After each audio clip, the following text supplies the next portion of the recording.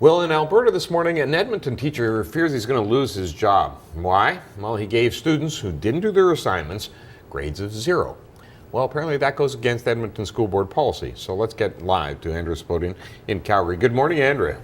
Good morning, and yes, this teacher who has been dubbed the hero of zero rather, might actually have his efforts prove fruitful this week because the Edmonton School Board will be debating whether to review this no-zero policy that some of the Edmonton high schools have implemented. Now, Tuesday afternoon, they'll be debating again this no-zero grading policy, and what sparked this all was a physics teacher at Ross Shepherd High School in Edmonton, Lynden Dorval, was suspended without pay.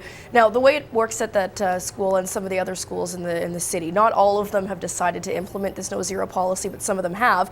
If students don't turn in an assignment, instead of getting a big fat 0, the grading policy demand that they use comment evaluations like unable to assess. So when you calculate their final grade for the year, it's actually based on the assignments they actually did submit, and those ones that weren't submitted don't count. Now, Dorval didn't agree with this. He continued to give zeros, saying that that's a better way of actually assessing their performance and, of course, showing them that there are consequences to their behavior.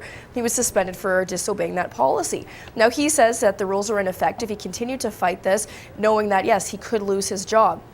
But now the school board, they actually said that they were flooded with emails and calls because this no-zero story got national media attention. So one of the trustees did put forth a motion to debate to review this. So that's what they will be looking at tomorrow.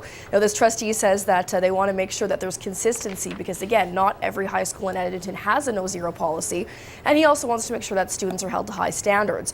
Now, they said that students, a lot of the emails that came in and the calls and the complaints are saying that students should be held accountable, that they shouldn't be coddled.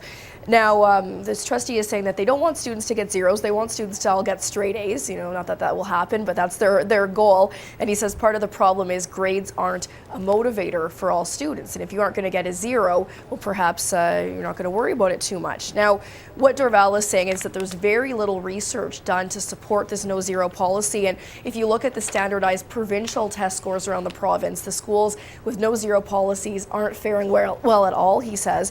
Now, he's still suspended. He expects to be fired in September, and he's actually been teaching for 35 years, but this might cause him to want to just apply for a pension and close the book on this long career. But he does plan on registering today to speak at tomorrow's meeting, and he does expect the motion to pass to have this go to review. And he says that, even if he does get fired, now that at least the board is debating it and he's opened that conversation, he says that it is worthwhile that he stood up to this policy. Amazing. 35 years of influencing children when it comes to this, and maybe we'll get a positive decision out of it. Thanks very much, Andrea. You're welcome.